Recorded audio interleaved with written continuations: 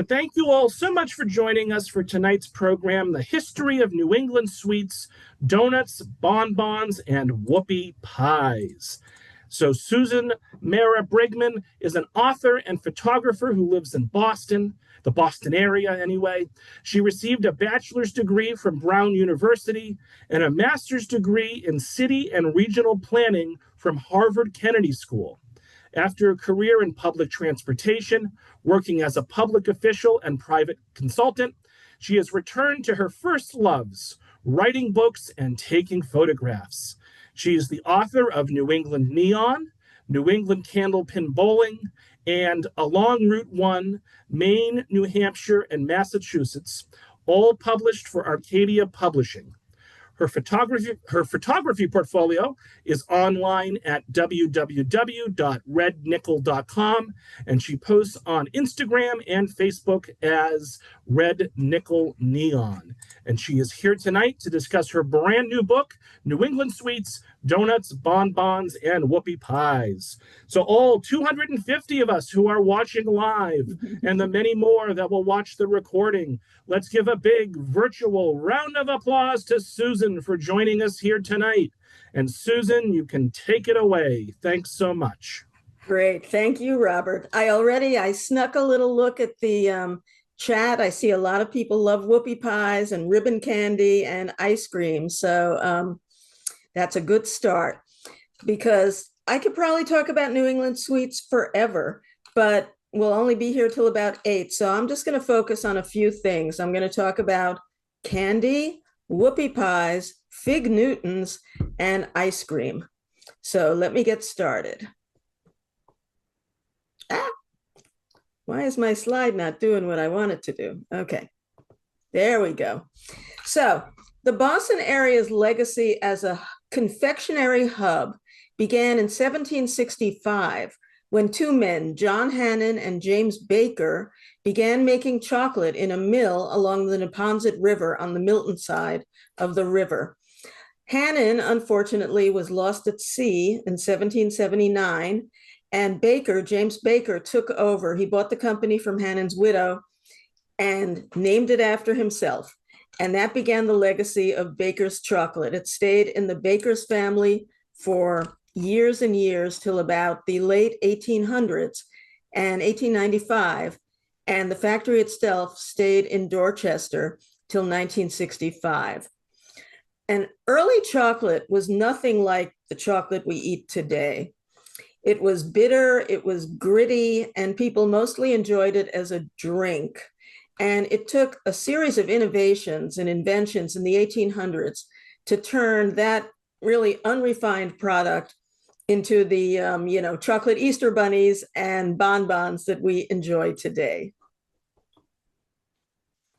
But it was really Necco, I would say, that put Boston and Cambridge, of course, on the confectionery map. And I'm going to give you just a super abbreviated version of the rise and fall of one of the most famous candy companies in the country.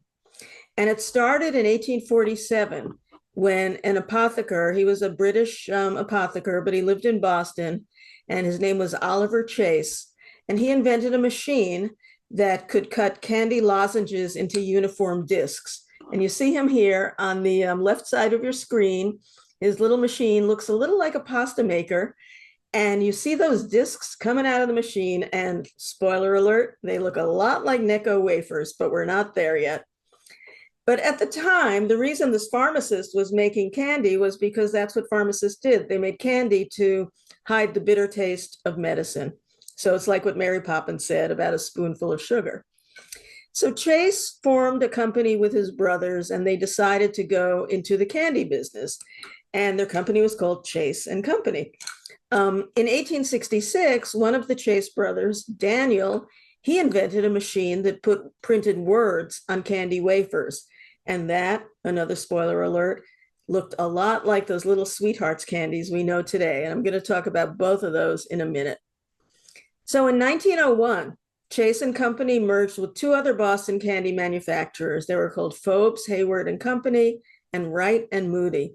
And together they formed the New England Confectionery Company, or Necco. And Necco's first factory was in the Fort Point Channel in Boston, but they moved to Cambridge in 1927 because land was cheaper. And Necco quickly became one of the anchors of the area that came to be known as Confectioners Row. This was the part of Cambridge that was kind of roughly between Kendall Square and Central Square, really focused along Main Street, if you know Cambridge at all. And I'd say by the mid 40s, there were probably 60-ish candy companies in Cambridge. So there was a huge concentration of candy making going on there. And today there's only one. But Necco prevailed. They survived the Great Depression, World War II, and the ups and downs in the sugar and cocoa markets. But nothing lasts forever. And in 2003, Kendall Square was changing a lot. It was becoming a hub for biotech and big pharma, and real estate prices soared. So Necco consolidated its Massachusetts holdings and moved operations to Revere. And they sold their Mass Ave factory to Novartis in 2004 for a cool $77 million. And then Novartis had to drop another couple of million to get all the sugar out of the walls. So in 2007, Necco was sold to a group of investors, and that was the beginning of the end. Between corporate debt and competition from the big three candy manufacturers, who were Hershey, M&M, Mars, and Nestle, Necco was forced into bankruptcy in 2018. The company's assets were sold at auction, and right now I'm going to talk about some of the Necco brands that survived and one that did not. So, Necco Wafers and Sweethearts. These are probably the most famous Necco candies. And the wafers, as I said, they originated with Oliver Chase's lozenge cutting machine. And the discs were originally sold in rolls of 8 different flavors: chocolate, licorice, cinnamon, lemon, spearmint, sassafras, wintergreen, and clove. So lime replaced the spearmint flavor in the 1930s, and orange took the place of sassafras in the 1940s.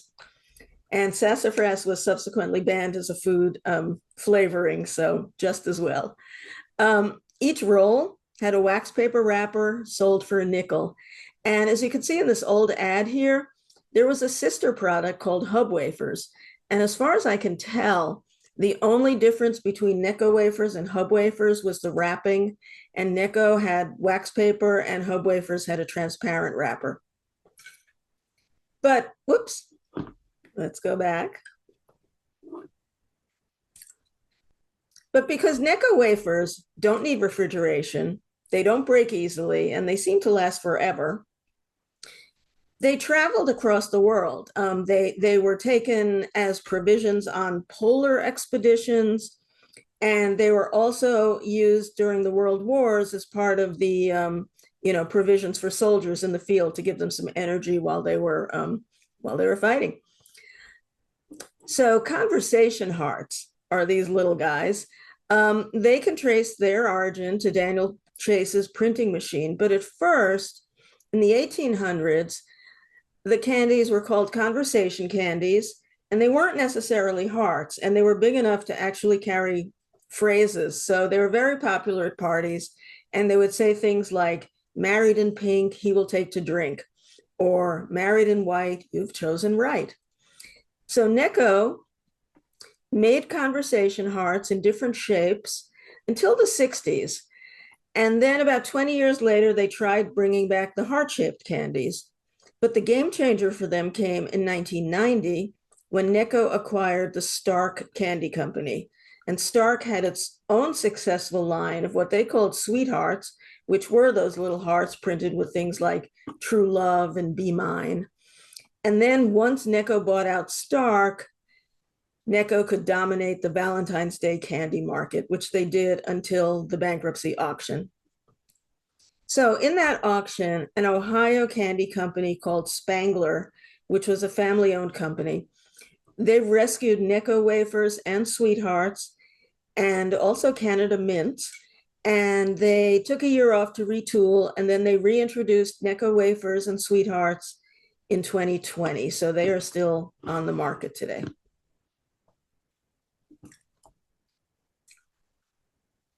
Necco introduced Skybar candy in 1938.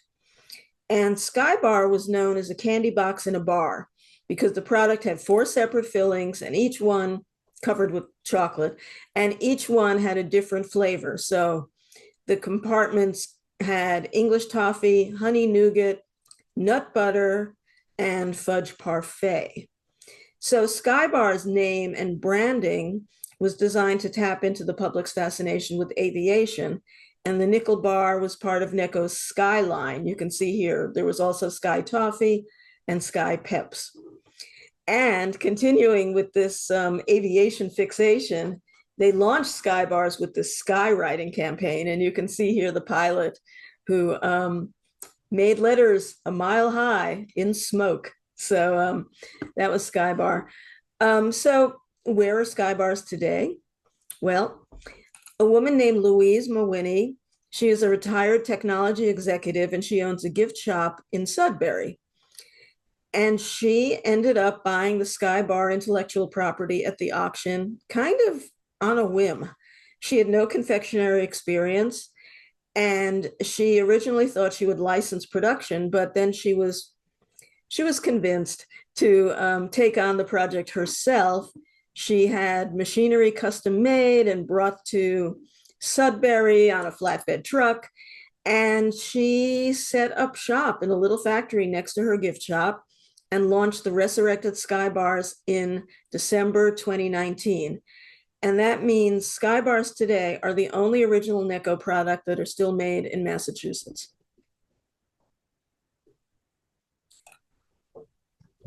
So Necco acquired many of its competitors over the years. They started with Lovell and Covell in 1933. They made boxed chocolates. But I want to talk about these two guys. The Squirrel Brand Company began as the Austin T. Merrill Company in Roxbury in 1888. And then a man named Pearlie Garish, he bought the business and changed the name to Squirrel Brand Company and moved it to Cambridge. Squirrel these days is probably best remembered for its nut zippers, which were a vanilla caramel peanut candy. And Squirrel introduced the nut zipper in 1926, and the idea was to create a vanilla complement to its caramel chews, which had a chocolate flavoring. But the nut zipper quickly became Squirrel's most popular product. And the name, supposedly, came from a newspaper story about a Vermont man during Prohibition who was arrested for public drunkenness. And the police found him up in a tree, and they had to talk him down. And when they did, they asked him, what was going on? And he said, oh, it must have been the nut zipper. And nut zippers apparently were some sort of alcoholic concoction, but the recipe is lost to history. So Southern Style Nuts purchased Squirrel in 1999, and they moved operations to Texas. But Necco acquired the license for the nut zippers and the caramel chews, brought them back to Massachusetts in 2004. And very sadly, no one picked up the Squirrel candies in the Necco bankruptcy, so they are gone. Squirrel nut zippers now have disappeared from the marketplace, and they only live on in the name of the swing band that borrowed the name years ago. So Mary Jane was developed in 1914. A man named Charles N. Miller created a molasses taffy with a peanut butter filling, and he named it after his father's sister, his Aunt Mary Jane. And the penny candies had a very distinctive yellow and red branding, and this illustration of a girl in a bonnet and her little red Mary Janes.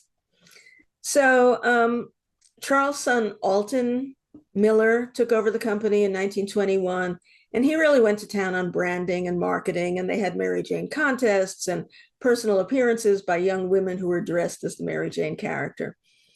But eventually Stark, the same company that made Sweethearts, Stark acquired Miller in 1985, and then when Necco acquired Stark in 1990, Necco began manufacturing Mary Janes.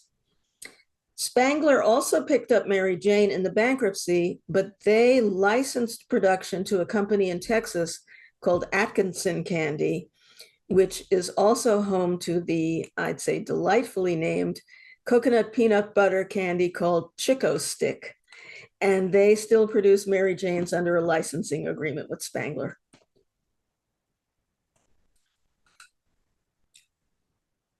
So Daggett Chocolate was once one of the biggest candy manufacturers in Cambridge and the third largest boxed candy company in the country. It was founded by Fred L. Daggett. He was born in Maine in 1870. And by the late 1890s, he was running a candy company in Boston. Sometime around 1900, his company moved to Lewis Wharf on the Boston waterfront, but moved its operations to Cambridge like so many other candy companies in 1926, and they moved to 400 Main Street. Daggett's thrived in its new Cambridge location and continued to produce its own fine chocolates, but just like Necco did, it expanded operations by buying out its competitors. So by 1933, Daggett's had acquired Page and Shaw, which this was their factory also in Cambridge. And they have a pretty interesting history that involves stock fraud, among other things. But also they acquired F.H. Roberts, F.H. Dow, and the Walter Lowney Company.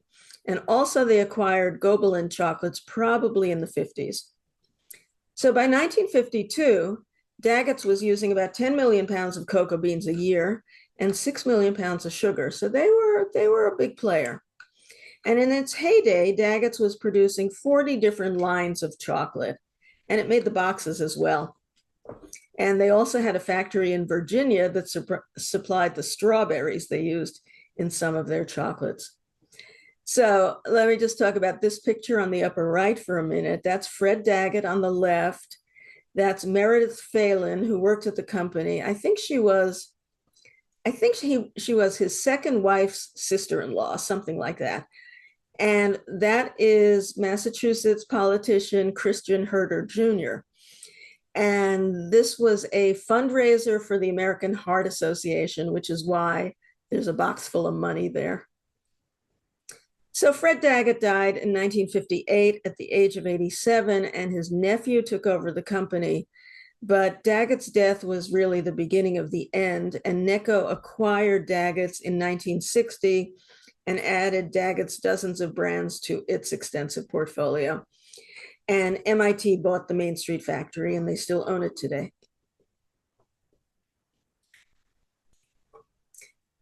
So each one of these Massachusetts classics is still made today. None of them is made by Necco, and each one has a sort of theatrical connection. In 1927, James O. Welch opened a candy company named after himself, and this was at 810 Main Street in Cambridge.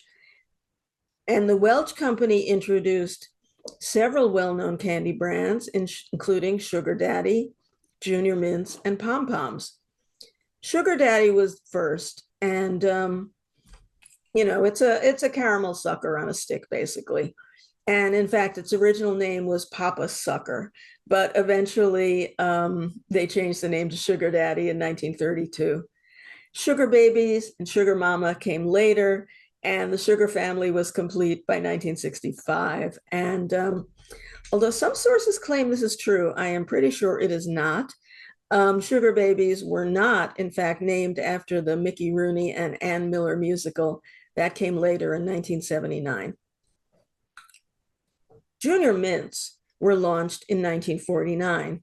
And that candy's name also has a theatrical connection. It was inspired by Junior Miss, which was a popular book, play, and radio show during the 1940s.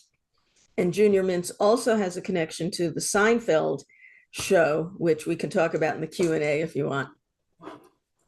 So Charleston Chews came to Cambridge from California, and their story is Donley Cross was a Shakespearean actor in San Francisco at the turn of the last century, so 1900-ish. And he fell and got injured and he couldn't act anymore. So he did what anyone would do. He opened a candy company. He teamed up with his friend Charlie Fox and they opened the Fox Cross Company in 1920. And somehow Fox Cross ended up in Cambridge by 1931. No one really quite knows when or how exactly. And they were on Main Street by 1946. So Fox Cross introduced the Charleston Chew in 1922, which was a vanilla flavored nougat covered in milk chocolate. And it was named not after Charlestown, Massachusetts, but it was named after the Charleston dance craze of the 20s. A few decades later, a man named Nathan Sloan bought Foxcroft in 1957. He moved the company to Everett and added new flavors and modernized production, but he's most remembered for encouraging customers to freeze their Charleston chews and smack them on a hard surface to create bite-sized pieces. And they became known as the Charleston Crack, and it became a sensation. So Nabisco acquired both companies, James O. Welch and Fox Cross, and later sold them to Warner Lambert. And then Tootsie Roll Industries came in, acquired the Warner Lambert candy lines. And today, Tootsie Roll makes Charleston Chews and Junior Mints at the same 810 Main Street factory that James O. Welch opened in the 20s. And that makes Tootsie the last active candy factory in the city of Cambridge. So Needham's are chocolate-covered squares of sweetened potato coconut candy, and they have a long history in Maine. But the story's a little fuzzy, and some of the details are probably not true. But sources agree on the basic elements. There was a man named John Seavey. He owned a shop in Auburn in the late 1800s, and one of his employees showed him a chocolate-covered coconut candy around 1872. Seavey liked them, he wanted to sell them, but he needed a name for his new candy. So now we look toward a man named Needham, not Needham, Massachusetts, by the way. This was George C. Needham. He was an evangelist who was born in Ireland around 1844, arrived in Boston sometime around 1870, and began preaching at the Tremont Temple Baptist Church in Boston. But the really fun part of the story is how and when Needham left Ireland and came to North America. Because the Globe, the Boston Globe, says he became an evangelist in Dublin when he was around 20 and preached in England and Ireland till 1868 when he crossed the ocean. But the New York Times printed a very different story. And that story put Needham on a ship from Ireland to South America when he was 10 years old. And according to this story, which is probably not true, he was beaten, tortured, and tattooed by the captain and crew and dumped in Patagonia. And here's what the Times said. They said, and I'm quoting here, he was found by a band of cannibal Indians who considered him a delicate morsel and was prepared to make a feast of him. But he was saved at the last moment by the superstition of the Indians who discovered the strange tattoo marks on his body. Take it or leave it. I cannot tell you whether that story is true. I do know that Needham eventually does end up in Boston around 1870 and held revival meetings across the US, and Maine was one of his destinations. So Seavey probably knew about George Needham. Maybe he went to a meeting, maybe he read the papers, and everyone says he named his candies after the preacher. So Seavey Sweets continued to make and sell Needham's till the 60s when Lou Rod Candy of Lewiston bought them out, and Lou Rod sold Needham's until 2013. So what about the potatoes? Folklore says that Seavey's and Lou Rod's both used potatoes in their Needham's, but potatoes don't show up on the lists of ingredients on their packaging. But they did show up in home kitchens because generations of home cooks in Maine made Needham's, especially around the holidays. And Needham recipes in cookbooks in the early 20th century included potatoes. Maybe it was a cheap ingredient. Coconut was probably expensive and a little harder to find. Potatoes were easier, especially in Maine. And maybe it was just a way to use up leftover mashed potatoes from dinner the night before. Whatever the reason, Needham's included potatoes starting in the 20th century. And today, the Maine Needham Company is trying to revive Needham's and does in fact use potatoes in their treats. A woman named Linda Lenberg was a home cook in Norway, Maine, and she was making and selling Needham's from her kitchen, but decided to retire after about a dozen years. And she sold the business to Malika and Gerard Picard in 2019, and they are a couple in Saco. And they made Needham's in their home, but moved to a factory in 2023. But besides making candy, the Picards themselves are Needham evangelists, and they're trying to keep the history of Maine Needham's alive. And they helped create Maine Needham Day, which is celebrated on the fourth Saturday in September. So this picture was in the Lowell Sun, so I thought I would share it with you today. Before I leave candy, I just want to mention one of the chocolatiers and chocolate makers across New England. There are way, way, way too many to mention tonight, but only one has a chocolate mousse. Len Libby began making candy in 1926, and he first sold it from his home in Scarborough and later opened a shop.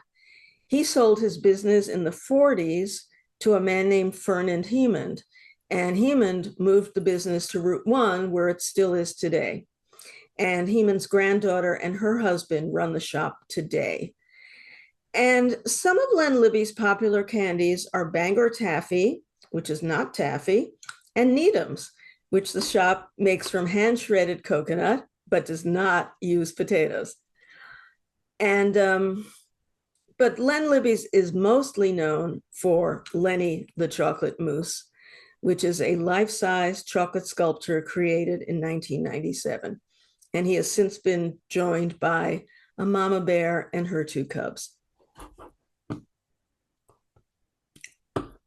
So let's talk about whoopie pies. Let's start with the basics. A whoopie pie is not a pie. It's 2 mounds of chocolate cake surrounding a white creamy filling, although the variations are endless. 3 states can credibly lay claim to the whoopie pie as their own: Maine, Pennsylvania, and Massachusetts. Each state traces the treat to the 1920s. And they're especially popular in Maine and Pennsylvania, and both states have whoopie pie festivals. Maine has held its whoopie pie festival since 2008 as a benefit for the Center Theater in Dover Foxcroft. And Rutland, Vermont, which has no other apparent connection to whoopie pies, started its own whoopie pie festival in 2022. So whoopie pies were named the official Maine state treat in 2011, but the designation was a little controversial.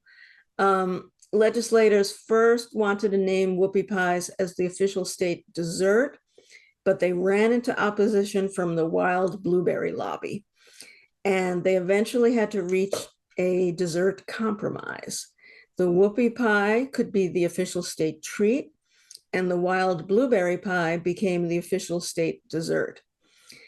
And for whatever reason, Governor LePage did not sign the whoopie pie bill. He said he had more important things to do. I can't imagine what they could have been. But the designation took place in 2011 anyway, without his signature. So let's talk about some of these origin stories. Maine's connection to the whoopie can be traced to Labadee's Bakery in Lewiston. And that family-owned bakery sold its first whoopie pie in 1925 and still follows the same recipe. And the Labadee's origin story is widely accepted throughout Maine. And the only thing about the story, I would say, is that it doesn't really explain the origin of the name. In Pennsylvania, there are people who trace the whoopie pie to a bakery in Johnstown.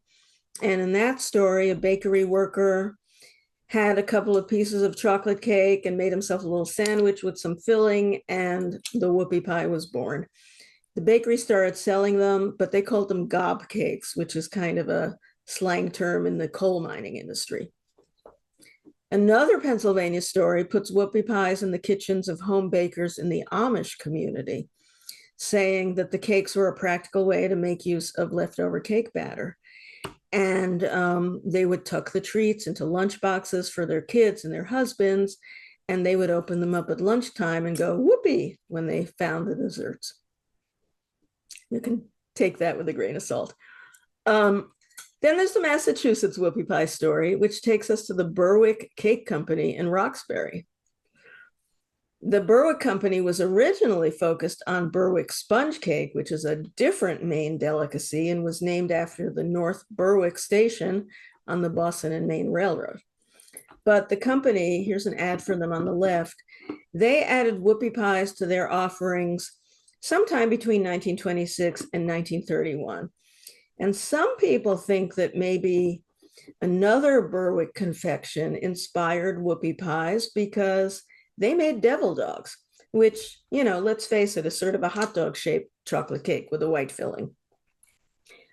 There's some speculation that Berwick sold its recipe for devil dogs to Drake's, but the facts are a little fuzzy. Regardless, Berwick was making whoopie pies by 1931. And there's another theater twist here.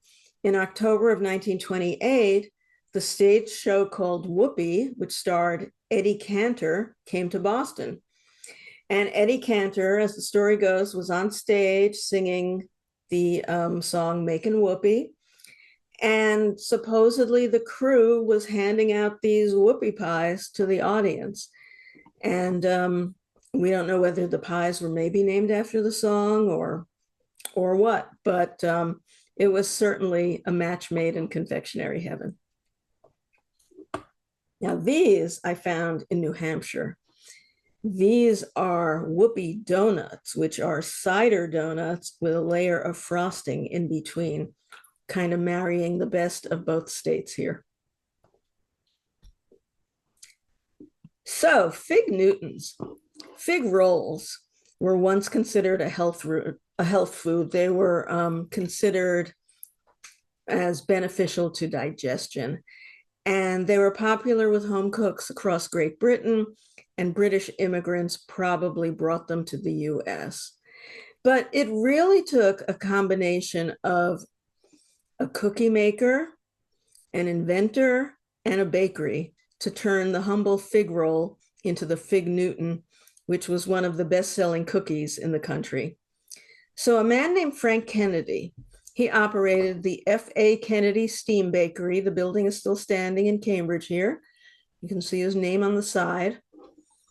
And his company was sometimes called Kennedy Biscuit Works. It's on Franklin Street in Cambridge, kind of near the Necco factory. A man named Charles Martin Roser was an Ohio man, and he was widely credited with developing the recipe for the fig cookie that he sold to Kennedy. James Henry Mitchell was an inventor in Philadelphia, and he developed the machine that could fill a cookie crust with fruit. Some people say he sold his machine to Kennedy Biscuit Works. Other people say he worked there. Either way, the machine was the key to taking fig rolls from the home kitchen to the assembly line. So that was the magical combination that brought this new cookie to the market in 1891. And fig Newtons were, in fact, named after the city of Newton, and many of Kennedy's products were named after Massachusetts communities, including Shrewsbury, Melrose, Brighton, and Cambridge. So in 1898, Kennedy Biscuit Works became part of the National Biscuit Company, which we know as Nabisco, and Nabisco occupied that factory for decades. Nabisco, of course, still makes fig Newtons, but they dropped fig from the name in 2012. Kennedy Biscuit Works was converted to housing, and it was placed on the National Register. of historic places. And the city of Newton has totally embraced its role in cookie history. And Newton's long-serving mayor, the late Ted Mann, was known to keep a stash of fig Newtons in his office and hand them out to visitors. And subsequent mayors pretty much do the same thing. And fig Newtons almost became the official Massachusetts state cookie in 1997 because Governor Weld supported that designation. The legislators wanted to name the Toll House cookie the state cookie, but Weld was a fan of fig Newtons, and he said, everyone I knew grew up with fig Newtons. The packaging is distinct, they're delicious, and I think out of respect for Ted Mann, that alone should lead us to cast our lot with the fig Newton. But he lost that battle, and ultimately he signed Toll House cookies into law as the Massachusetts state cookie.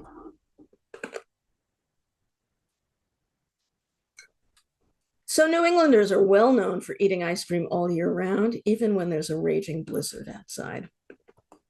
Here's just a small sampling of the major ice cream chains in New England. Newport Creamery, mostly in Rhode Island and southeastern Mass. Home of the Awful Awful. Bailey's, remembered for its overflowing fudge sundaes. Friendly's, home of the Fribble. And Brigham's, which Brigham's was kind of known for chocolate jimmies, I would say. And I would be remiss if I didn't mention Vermont creemees, which is a rich version of soft serve ice cream, and the traditional flavor is maple. But tonight, I really want to focus on a few ice cream pioneers who disrupted the industry in the 1970s and 1980s. Steve Harrell, Ben Cohen, and Jerry Greenfield. You know them by their first names. In 1973, a 29-year-old Steve Harrell pretty much revolutionized ice cream in Somerville, Massachusetts. He transformed a former dry cleaning shop into an ice cream shop that was furnished with mismatched tables and chairs, a player piano, and most important, a 5-gallon ice and salt ice cream maker. Steve's Ice Cream opened on June 29th, 1973, and it was an instant success. And waiting in line for Steve's was a rite of passage in the mid-70s. I certainly did it myself. But two things really set Steve's apart from the beginning: the quality of the ice cream and the novelty of the mix-ins. Steve served rich, creamy, small batch ice cream that had a low volume of air mixed in. And if you've ever made ice cream, you know that the process calls for agitating a mix of cream plus sugar and flavorings until it freezes. And it's the agitation that incorporates air into the mixture, and it uses a moving blade called a dasher. So the speed of the dasher controls the amount of air in the finished product. The slower the dasher moves, the less air is introduced, and the less air, the creamier and denser the ice cream. So to offer his signature ice cream, Steve Harrell modified his White Mountain freezer with an engine so it would churn the ice cream slowly enough to create a super premium low air product. Steve's also introduced mix-ins, or as he later called them, smush-ins. And the concept was pretty simple. Instead of sprinkling extras like candies and nuts on top of the ice cream, the servers would mix the goodies into the ice cream directly, creating a customized flavor. So maybe it was coffee ice cream with Heath bars or chocolate with Oreos.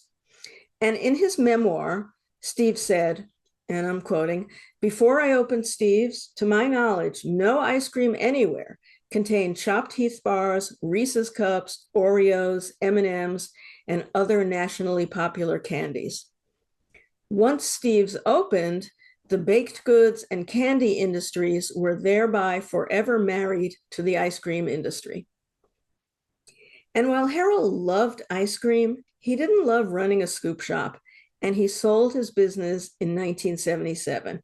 He sold it to Joey Crugnali, who also owned Bertucci's and also owned Bailey's at one point. But after a series of sales and corporate takeovers, Steve's ultimately closed in the late 1990s. But in the meantime, Harold became a piano tuner and moved to Northampton. And he wanted to make ice cream again. So when his non-compete clause expired in 1980, he opened Harold's Homemade Ice Cream in Northampton. He couldn't use the name Steve's because he had sold it. Harold's followed the same model as the original Steve's: thick, creamy ice cream, interesting flavors, and smush-ins. And he ran his namesake store alongside his wife and later ex-wife, Judy Harold, until he retired in 2013. And today, Judy runs the Northampton shop, and she recently added an outlet in Amherst. So a year after Steve sold his ice cream store, a couple of guys from New York founded another ice cream dynasty, and this one was in Vermont. Ben Cohen and Jerry Greenfield met in a 7th grade gym class on Long Island in New York.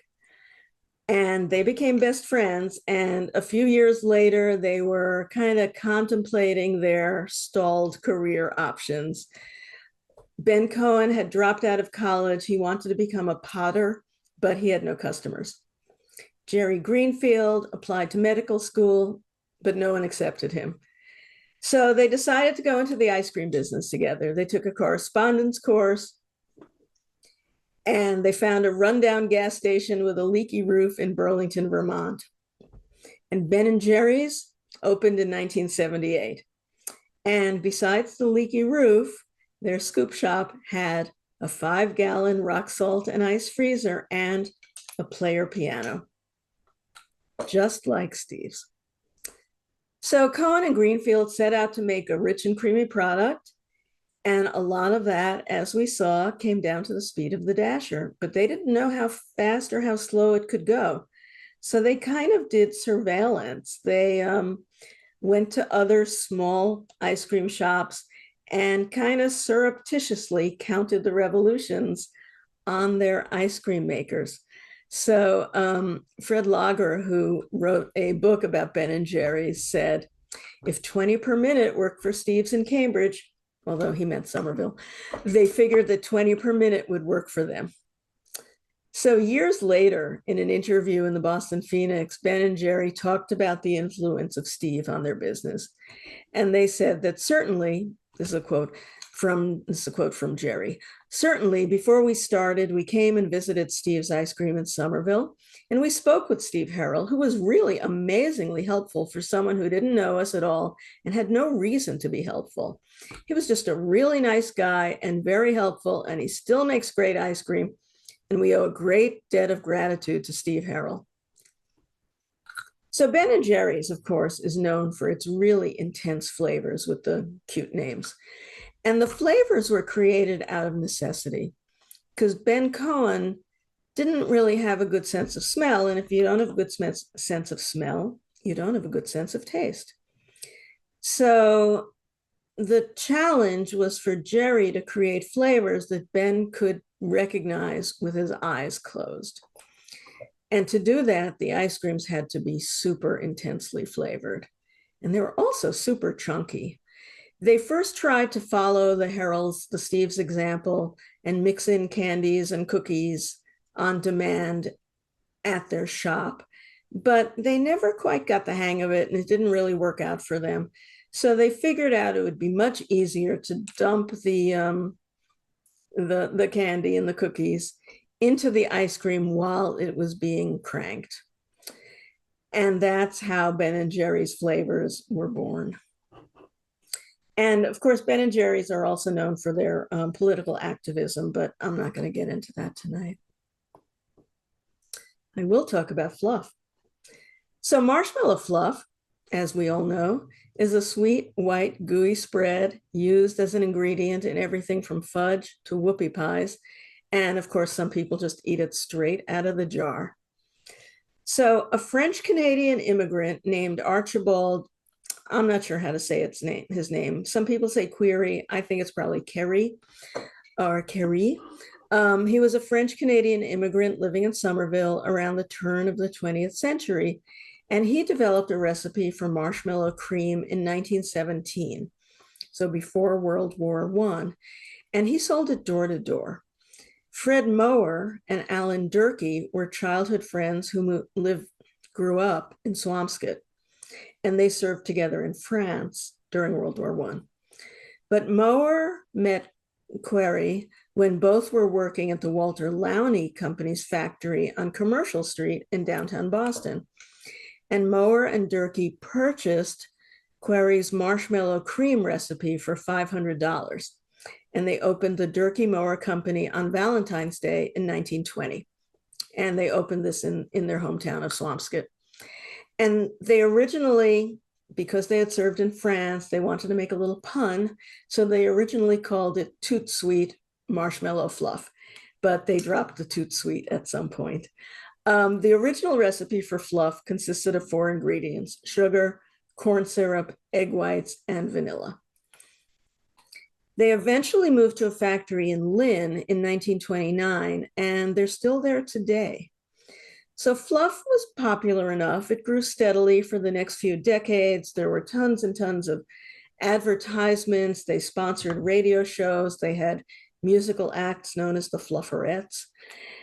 But fluff really achieved iconic status in 1958 when Durkee Mower rolled out the Fluffernutter, which of course is a sandwich made with peanut butter and marshmallow fluff. The Fluffernutter name and the catchy advertising jingle, which is stuck in my head, proved irresistible, and Fluffernutters became a favorite of school children across New England. There was even a little legislative kerfuffle when Cambridge State Senator Jarrett Barrios wanted Cambridge schools to limit how often they could serve Fluffernutters in the Cambridge public schools for lunch, but he got shot down in a spectacular way. Anyhow, since 2006, Union Square Main Streets in Somerville has been hosting the What the Fluff Street Festival to honor marshmallow fluff and its inventor, Archibald Query. So, thank you. That's New England Sweets. These are cocoa pods, by the way, and inside of them are seeds that are roasted and become chocolate. So thank you, and I'm happy to answer any questions and maybe catch my breath. So folks, let's give Susan a big virtual round of applause for a great presentation. And we can take 10 minutes of questions. If you have a question for Susan, please type it into the Q&A box. If you have a comment, feel free to type it into the chat box. Let's see. JM says this was excellent. Thanks so much. Gail says thank you. Teresa says absolutely fascinating. JA says this was fantastic. And folks, I'm still waiting for my first question. Let's see. So Lois asks, is the red, white, and blue colors of fluff packaging deliberate? Not to my knowledge. You mean, is it somehow patriotic? I don't really know. I haven't really heard anything to that effect. Jenna asks, what is your favorite place to get whoopie pies? Well, you know, there's no such thing as a bad whoopie pie. I'll start by saying that. My favorite whoopie pie is probably the first whoopie pie I had in Maine, which was at Moody's Diner. I'm a big fan of Moody's Diner in Waldoboro. It's figured in 2 of my books because it has a big neon sign and it's along Route 1. And I really like their pumpkin whoopie pie. But I will also add that I've been a judge now at the Whoopie Pie Festival for 2 years running, and I've tasted a lot of whoopie pies. And there's so many variations, I couldn't even begin to narrow it down. Well, speaking of tasting, Larry asks, did you sample all of these candies personally, and which is your favorite? I sampled a lot of them. I didn't sample every single candy. Um, Honestly, I've always been a fan of junior mints. I know they're not particularly exotic, but I kind of love them. But I would say Maine Needhams, that was kind of a revelation to me. And I really enjoy them. I mean, when I first heard about them, I'm like, potato in candy? What's that? But they're really good. And also Sky Bars. I didn't grow up around here, so I didn't grow up with Sky Bars, but I've tasted the ones that Louise is making, and they're really, really, really good. Irene wants to know what the heck happened to Brigham's. I grew up in Massachusetts, but I don't live here anymore. Brigham's is gone. Um, you know, what the heck happened to Brigham's?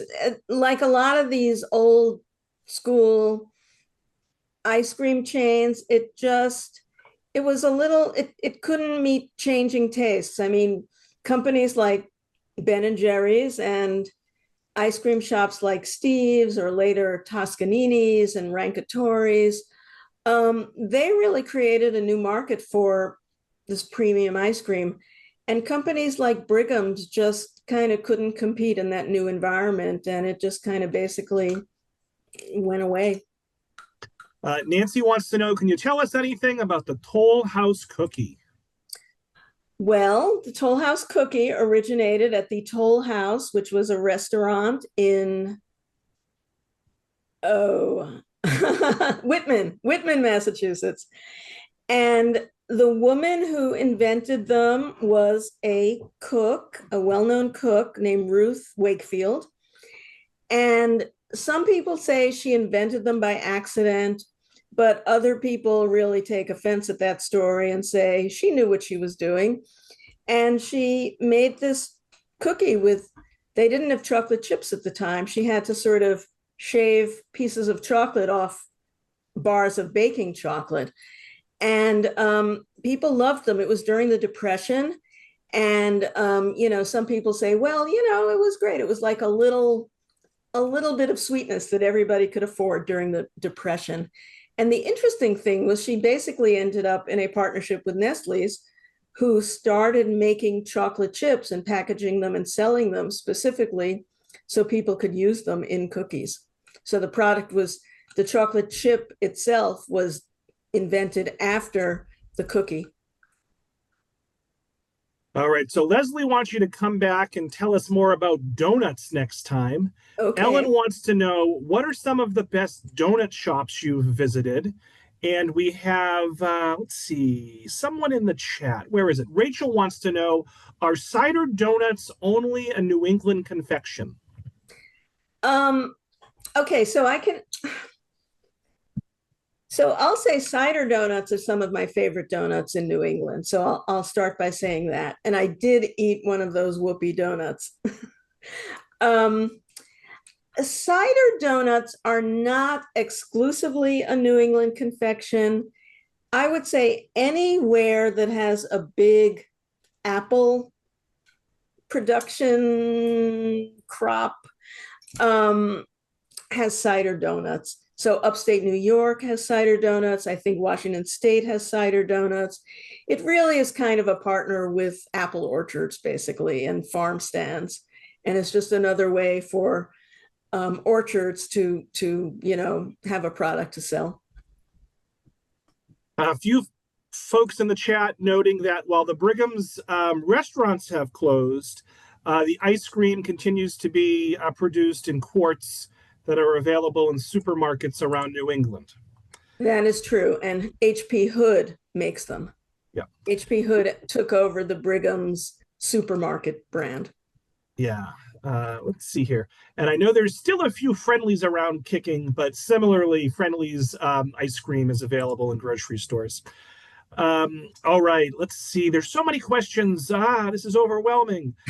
Somebody wants to know about saltwater taffy. Edward says, I remember going to Nantasket Beach as a kid and seeing the candy machine pulling the taffy at the food stand. Fond childhood memories. Anything you can tell us about saltwater taffy, Susan? So saltwater taffy does not have salt water. We'll start with that. It's kind of a marketing gimmick. And it probably was invented in Atlantic City.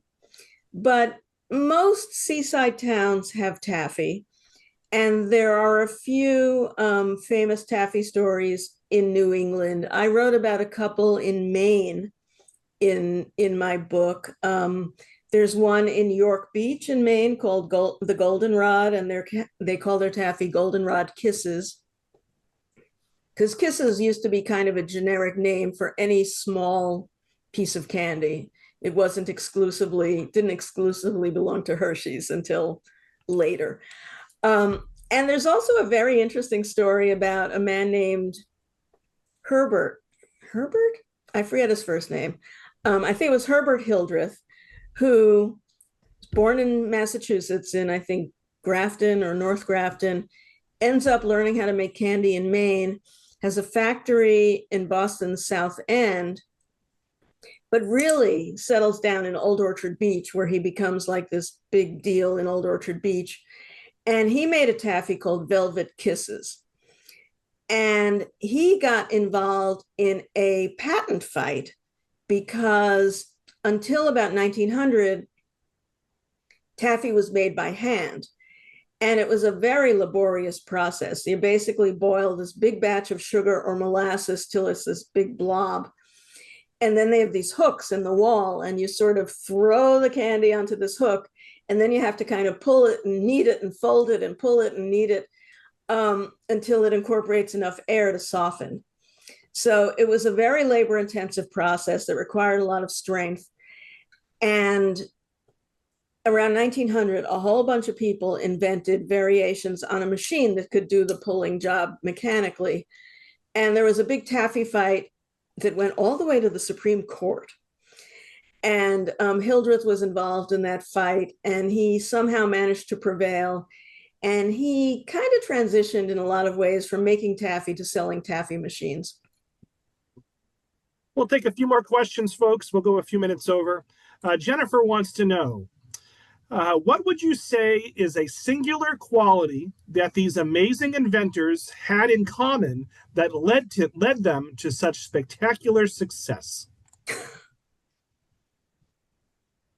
Well, that's a hard question.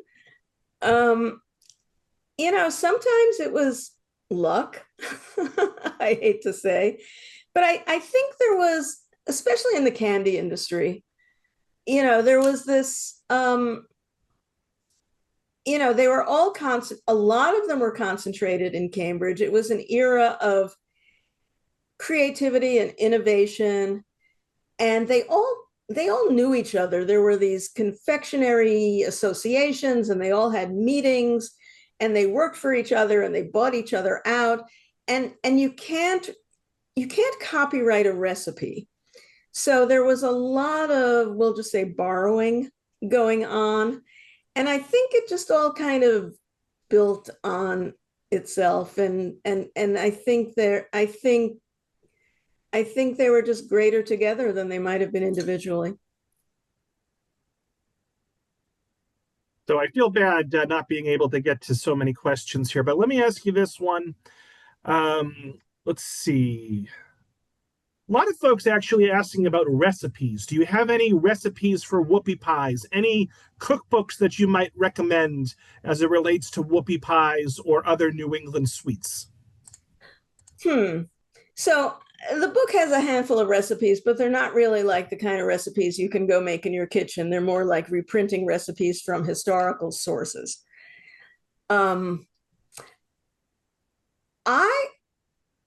I think there's a lot of interesting stuff in Yankee Magazine, I would say. They cover a lot of these New England foods pretty extensively and have a lot of recipes. And there are some other books out there on whoopie pies that have recipes. And I would just Google and see what you find. I don't have a specific book that I would recommend or not recommend.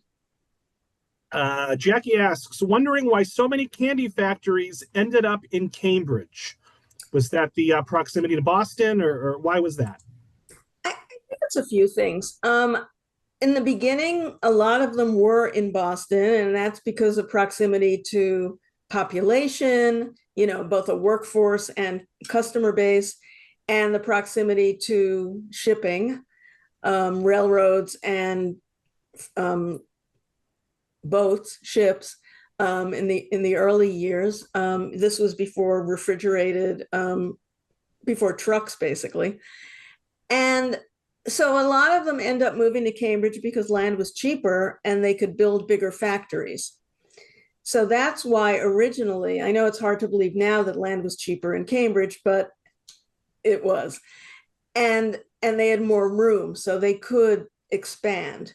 And then I think, again, it's like any of those things. Once one company comes and another company comes, they all start clustering together because they're competing, but they're also colleagues, and they know each other, and they're buying each other out. And I think it just became like this convergence of like anything, like tech firms along 128. It's just the way things work. So, Susan, any last words for the audience before we wrap things up? Oh my goodness. It was just, I mean, you could probably tell how much fun this book was to research and to write. And there are so many stories. There are stories I didn't have room to fit in the book, and there are certainly stories I didn't have room to talk about tonight. And it's a fascinating topic, and I really enjoyed researching it, and it's been such a pleasure to talk about it with you all. So I want to thank you for the opportunity. Great presentation, Susan.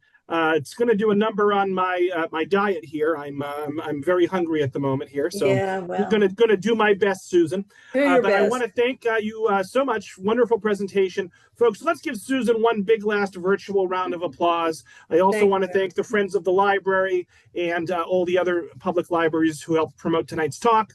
As a reminder, you'll receive a recording tomorrow morning, and please take the feedback survey that should pop up when you exit the Zoom. So thank you all so much, and I hope everyone stays cool and stays dry. All right. Have a good one, Susan.